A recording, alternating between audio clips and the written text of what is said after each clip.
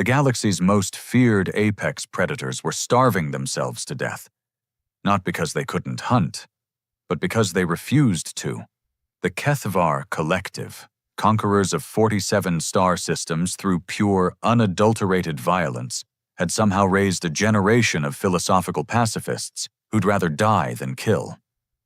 While alien experts panicked and theorized, one human researcher sat in the back of the emergency council meeting, quietly taking notes and looking thoroughly entertained by the cosmic irony unfolding before her.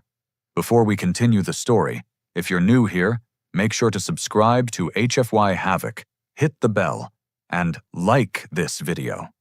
Because if you want more epic HFY sci-fi stories like this one, you don't want to miss out.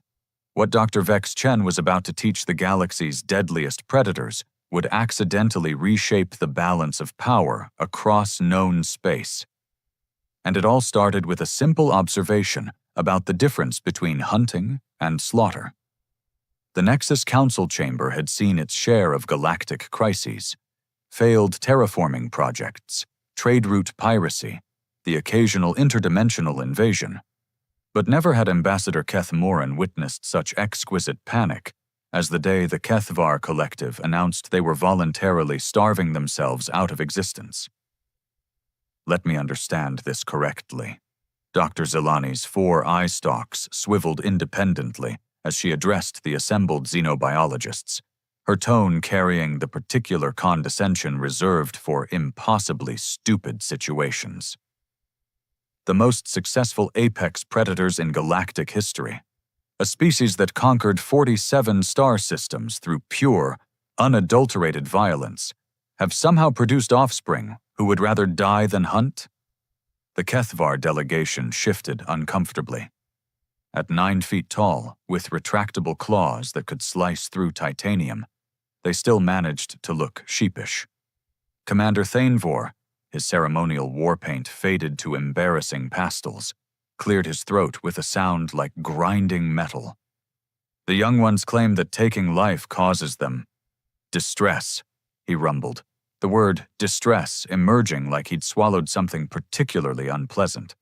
They prefer to consume synthetic nutrients or simply abstain. Abstain, repeated Dr. Mexthai, the renowned evolutionary psychologist from Andromeda Prime. They prefer death by starvation to fulfilling their fundamental biological imperative. That's remarkably stupid, observed Dr. Vex Chen from her seat in the back corner, not bothering to look up from her data tablet. The human researcher had been taking notes throughout the 3-hour emergency session with the focused intensity of someone watching a particularly entertaining disaster unfold in slow motion. Every alien head in the chamber swiveled toward her.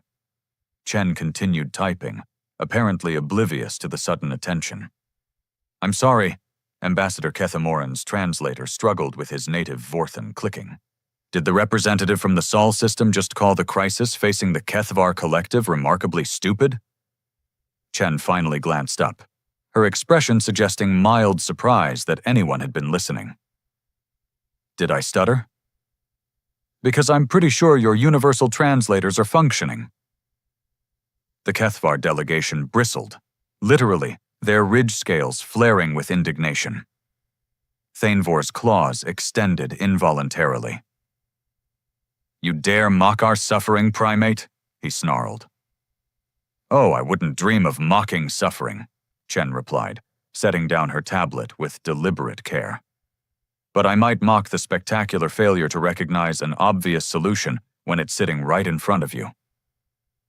Dr. Zelani's eye stalks converged on Chen like targeting systems. Enlighten us, then. What profound wisdom does humanity, a species that required 12,000 years to achieve faster-than-light travel, have to offer regarding apex predation? Chen smiled.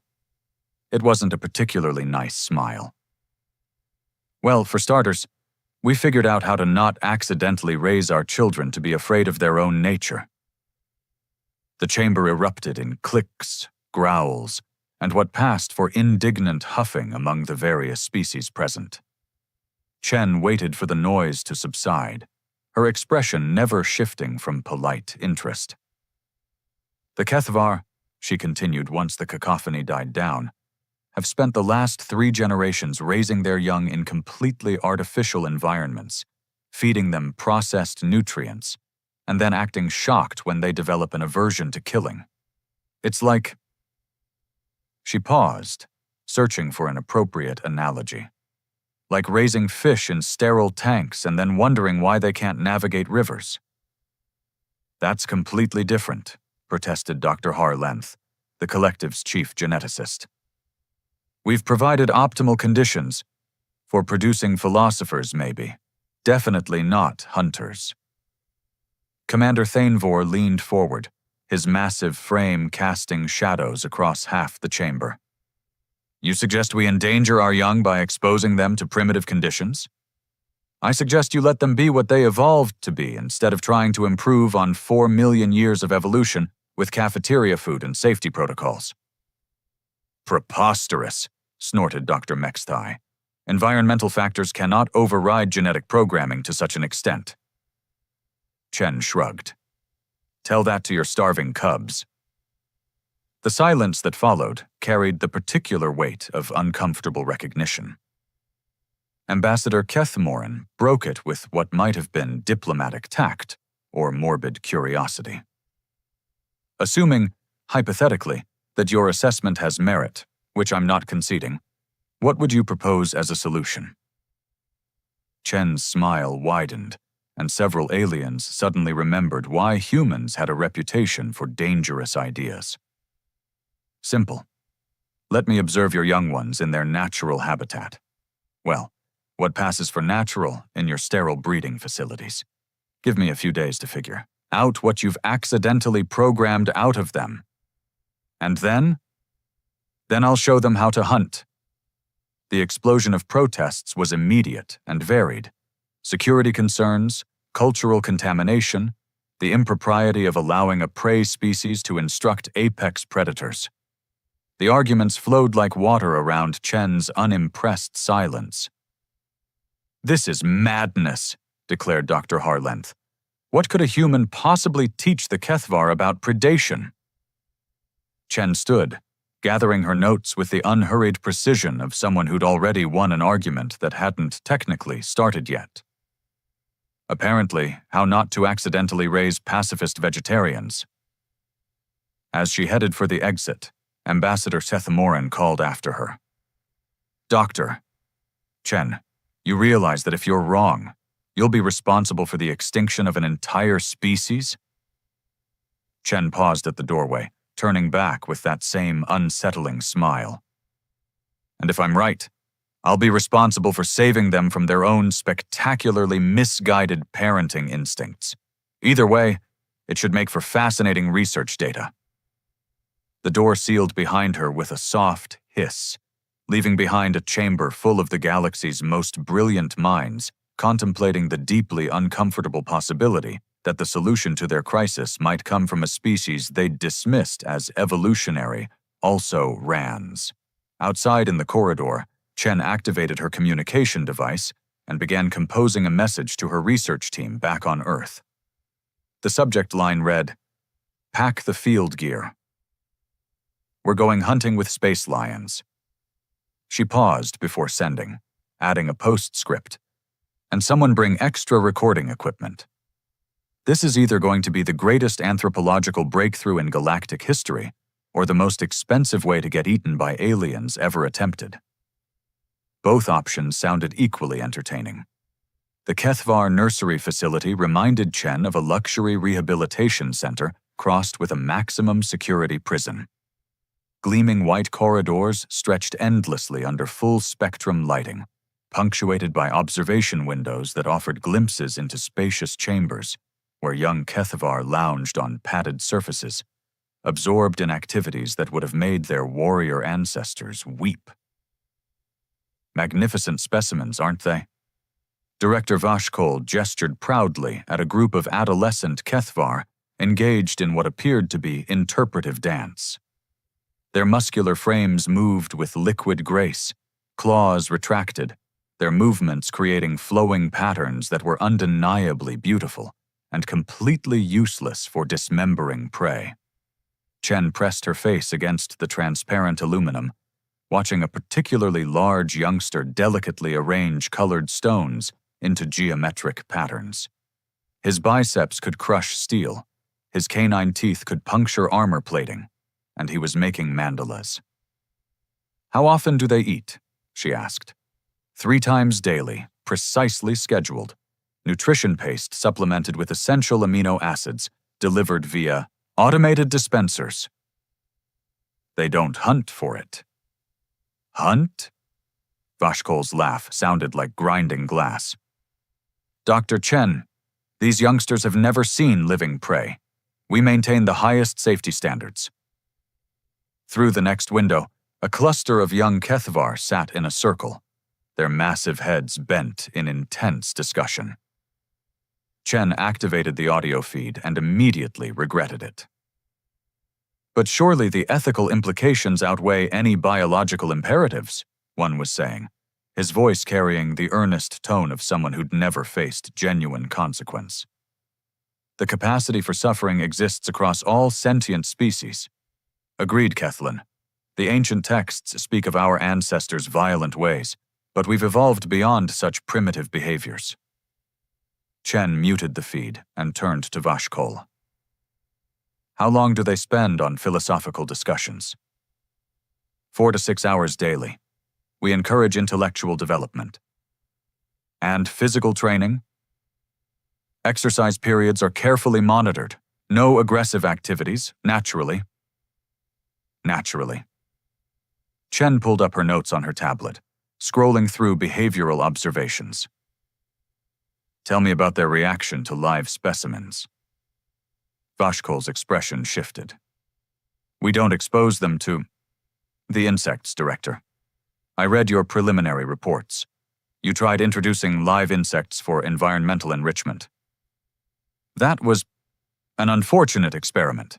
The youngsters became quite distressed. Some refused to enter chambers where insects were present. Others attempted to relocate them safely outside the facility." Chen stared at him.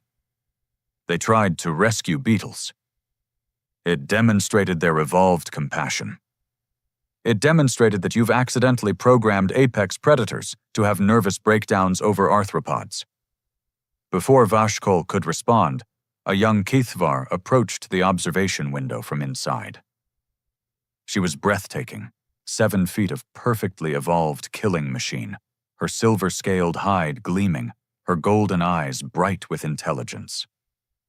She also looked curious about the strange bipedal creature on the other side of the glass. "May I speak with her?" Chen asked. "That's highly irregular. Direct contact with outsiders isn't—" "Director." Chen's tone carried the polite menace of someone prepared to make administrative life difficult. "I'm here to solve your extinction problem. Let me talk to them." 10 minutes later, Chen sat across from the young Kethvar in a sterile meeting room that somehow managed to be both comfortable and completely soul-crushing. The youngster, who introduced herself as Vethara, perched delicately on a chair clearly designed for her frame, her posture more suitable for a poetry reading than a species that had conquered half the galaxy. "You study alien behavior," Vethara said, her voice carrying the lilting quality common to her generation. "How fascinating. Do you explore emotional responses to interspecies trauma?" Chen blinked. "Come again?" "The psychological damage caused by predator-prey dynamics. I've written several treatises on the subject." "You've written treatises on trauma you've never experienced involving relationships you've never had." "Theoretical frameworks can be quite illuminating. My latest work examines how our ancestral behaviors might have induced generational suffering in prey species." Chen leaned back in her chair, studying this magnificent creature who spoke about her own species' evolutionary purpose like it was a regrettable historical footnote. "Vethara, when was the last time you felt hungry?" "Hungry?" The concept seemed foreign. "Mealtimes are regulated. We receive optimal nutrition at predetermined intervals. But have you ever been genuinely hungry? Not just peckish, but truly desperately needing food? Vithara's golden eyes widened slightly. That would be unpleasant. Why would anyone choose to experience such discomfort? Chen pulled up a video on her tablet, archival footage of Kethvar ancestors in their natural environment, hunting in coordinated packs across alien savannas. Vithara watched with the detached interest of someone observing ancient history. Your great-grandparents, Chen said quietly. Primitive ancestors, Vithara corrected. We've moved beyond such brutality. Have you, though? Or have you just moved beyond understanding why that brutality evolved? Vithara tilted her head, a gesture that would have been endearing if she weren't a creature designed by evolution to be a perfect killing machine. I don't understand. I know, Chen said, making notes. That's exactly the problem. After the session, Director Vashkol cornered Chen in the corridor, his agitation visible in the rapid color shifts of his facial scales. Well, what's your assessment? Chen scrolled through her observations, her expression thoughtful. You've got a facility full of apex predators who've developed anxiety disorders about their own biology. They're physically perfect specimens who've been psychologically conditioned to view their evolutionary advantages as moral failings. They've developed elevated consciousness. They've developed learned helplessness with a philosophy minor. Vashkol's scales darkened. Dr. Chen, these youngsters represent the evolution of our species beyond its violent origins. Chen looked back through the observation window at Vithara, who had returned to her philosophical discussion group, and was now passionately arguing about the ethical implications of consuming processed nutrients that might have once been derived from living organisms. Director, Chen said finally, your species didn't evolve beyond violence. You just forgot how to context it properly. Meaning? Chen smiled, but this time it wasn't unkind. Just deeply, deeply amused. Meaning I think it's time to take some of your youngsters on a field trip. The preserve planet of Kethmira had been sealed off for 2 centuries, maintained as a living monument to what the Kethvar homeworld looked like before strip mining and urban development transformed it into sterile metal and glass. Chen stood at the edge of a vast grassland, breathing air that actually moved and carried scents more complex than recycled atmosphere and industrial sanitizers. Behind her, 6 young Kethvar clustered together like nervous tourists, their eyes wide as they encountered their first uncontrolled environment. Vithara kept glancing at the sky as if expecting it to fall, while another youngster, Kethmore, jumped at every insect buzz and rustling grass sound. This is highly irregular, muttered Security Chief Drexon through his communicator.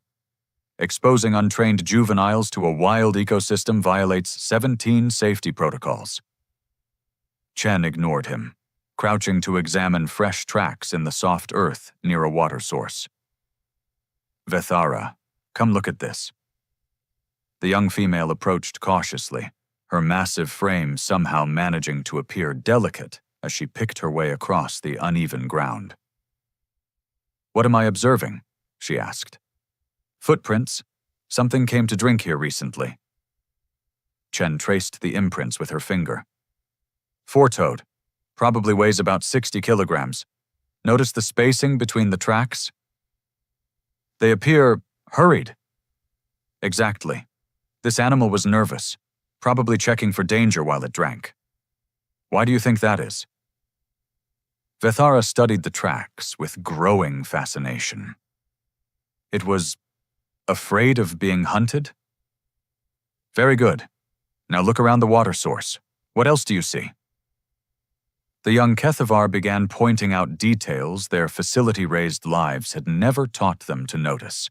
Disturbed vegetation where something had moved through, different types of scat indicating various species using the same water source, the strategic positioning of rocks and fallen logs that could provide either cover or vantage points.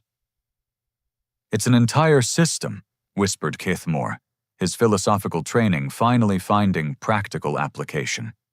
"Each species has adapted specific behaviors based on the presence of others." "Precisely." Chen stood, brushing dirt from her hands. "Your ancestors weren't randomly violent. They were part of this. They spent the morning tracking, not to kill, but to understand."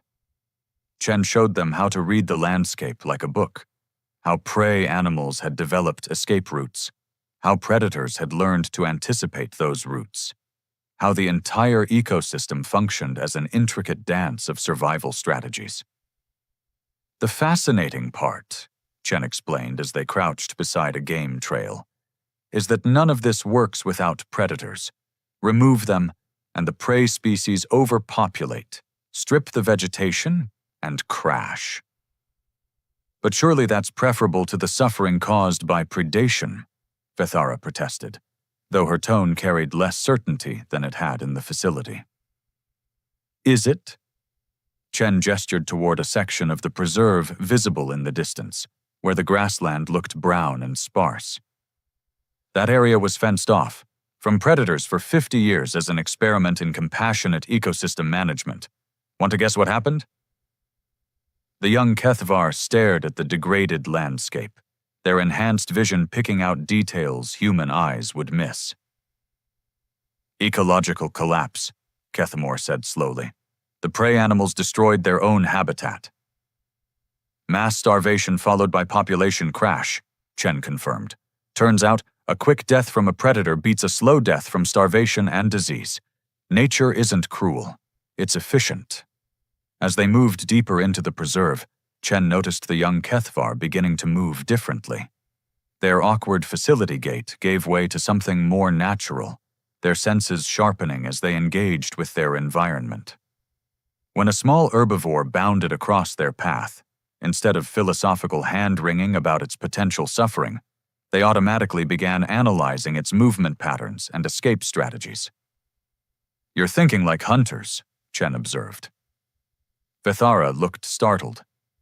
"Are we? I don't feel bloodthirsty." "Hunting isn't about bloodlust. It's about understanding. Your ancestors weren't psychopaths. They were ecological partners." Late in the afternoon, they encountered their first real test. A pack of indigenous predators, smaller cousins of the Kethvar, had cornered an injured herbivore near a rocky outcropping. The wounded animal was clearly suffering, unable to escape, but not yet dead. The young Kethvar froze, their facility conditioning warring with newer instincts. "We should help it," Vethara said, but her voice lacked conviction. "Help it how?" Chen asked quietly. "Chase away the predators, treat its wounds. And then what? It's too injured to survive long-term. It can't run from the next pack, can't compete for food, can't contribute to its herd's survival." Kethmore was staring at the scene with disturbing intensity. "The predators they're ending its suffering. More than that, they're preventing a diseased animal from weakening the entire herd. They're feeding their own young. They're maintaining the balance that keeps this whole system functional." Chen watched as comprehension dawned on their faces. Not the abstract understanding they'd developed in philosophy classes, but visceral recognition of their place in the natural order. "Your ancestors weren't monsters," she said finally. "They were gardeners. Brutal, efficient gardeners who maintained the health of entire ecosystems through selective pruning."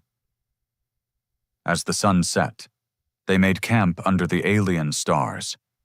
The young Kethvar sat around a small fire, no longer the delicate philosophers from the facility, but creatures beginning to remember what they were designed to be.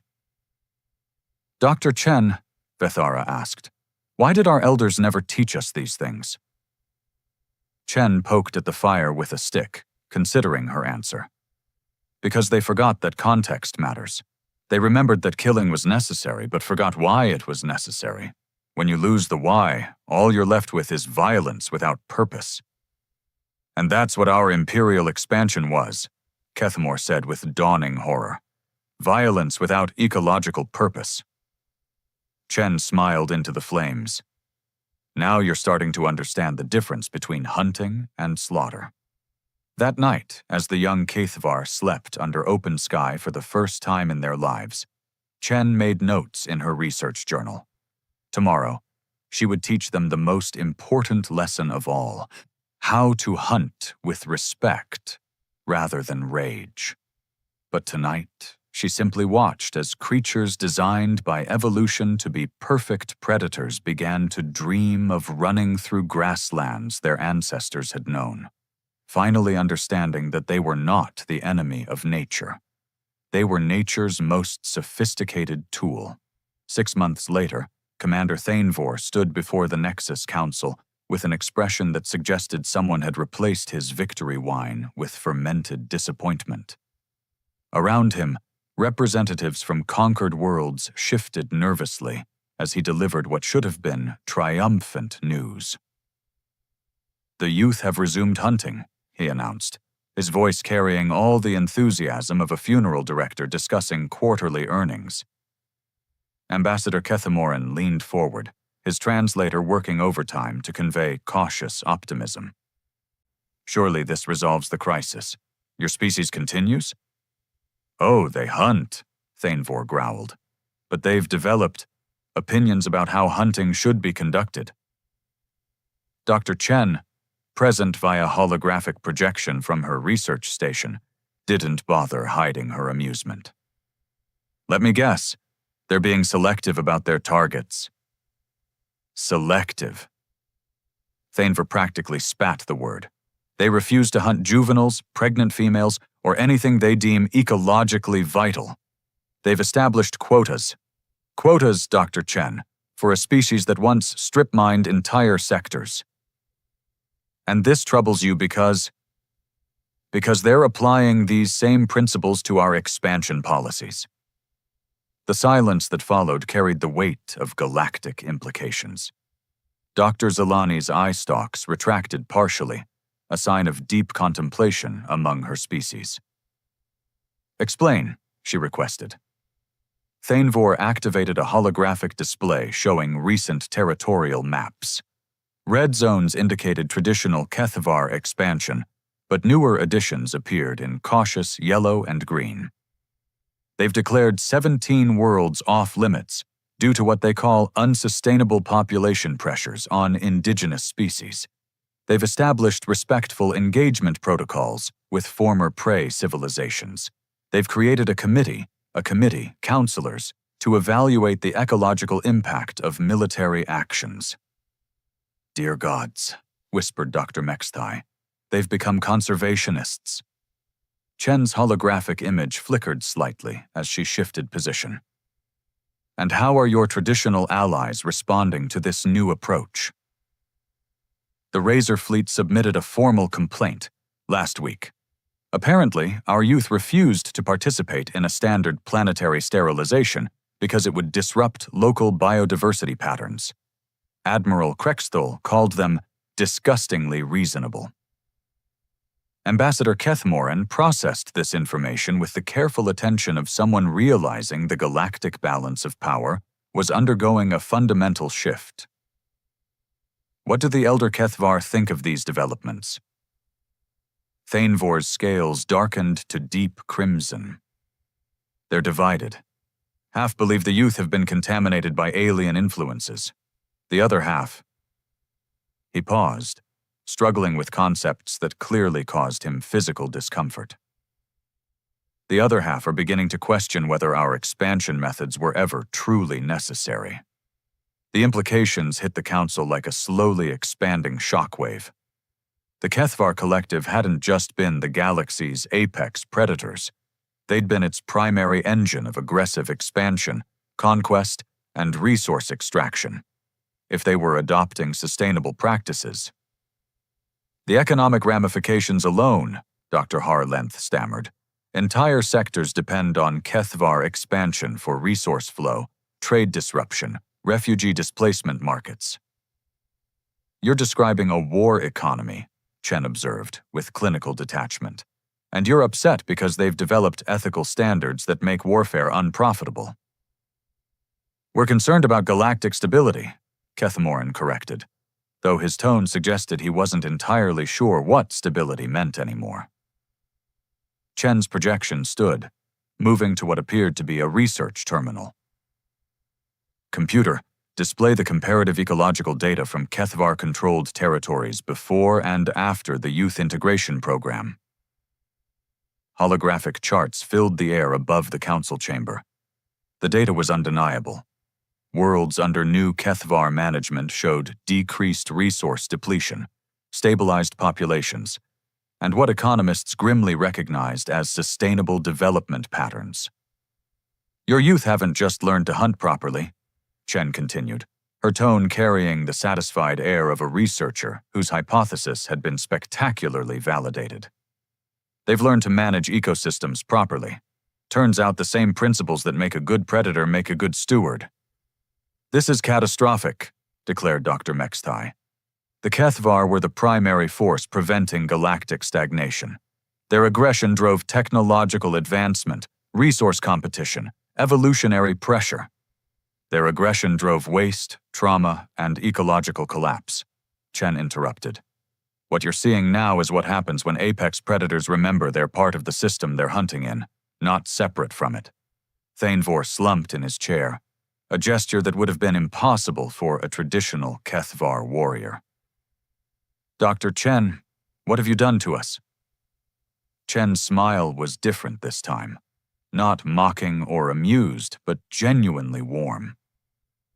I taught your children the difference between being apex predators and being ecological terrorists. Apparently, they preferred the former. But the conquest, the expansion, the glory, was never about glory, Chen said gently. It was about forgetting your purpose. Your ancestors hunted to maintain balance. Your recent generations hunted to accumulate resources. There's a fundamental difference between those motivations. Ambassador Kethmorin found his voice, though it carried a note of existential uncertainty. Dr. Chen, if the Kethvar become sustainable, what happens to the rest of us? Chen began shutting down her research displays, her movements casual despite the magnitude of the conversation. Well, you could always try learning to coexist without depending on someone else to provide your external threats and resource disruption. Novel concept, I know. The youth have requested permission to establish diplomatic relations with former prey species, Thanevor added morosely. They want to develop mutually beneficial ecological partnerships. Horrifying, Chen agreed, with obvious insincerity. Imagine the chaos of sustainable interspecies cooperation. As the council session dissolved into worried murmurs and frantic calculations of economic impact, Chen made her final notes in the research log that had started this entire adventure. Personal observation. Successfully resolved the Kethvar starvation crisis by teaching them to hunt properly. Unexpected side effect. Accidentally reformed the galaxy's most feared military empire into environmental consultants. The universe has a sense of humor about these things. She paused, considering her next entry. Additional note. Turns out the most effective way to preserve a predator species is to remind them that sustainable hunting requires sustainable prey populations. Who knew that basic ecological principles would be revolutionary in a galactic empire built on resource extraction? Chen saved her notes and prepared to close the connection, but not before adding one final observation that would probably keep xenobiologists busy for decades. Conclusion. The difference between a successful predator and an extinct predator isn't hunting ability. It's knowing when to stop hunting. The Kethvar youth understood this intuitively once they were given proper context. Their elders built an empire on forgetting it.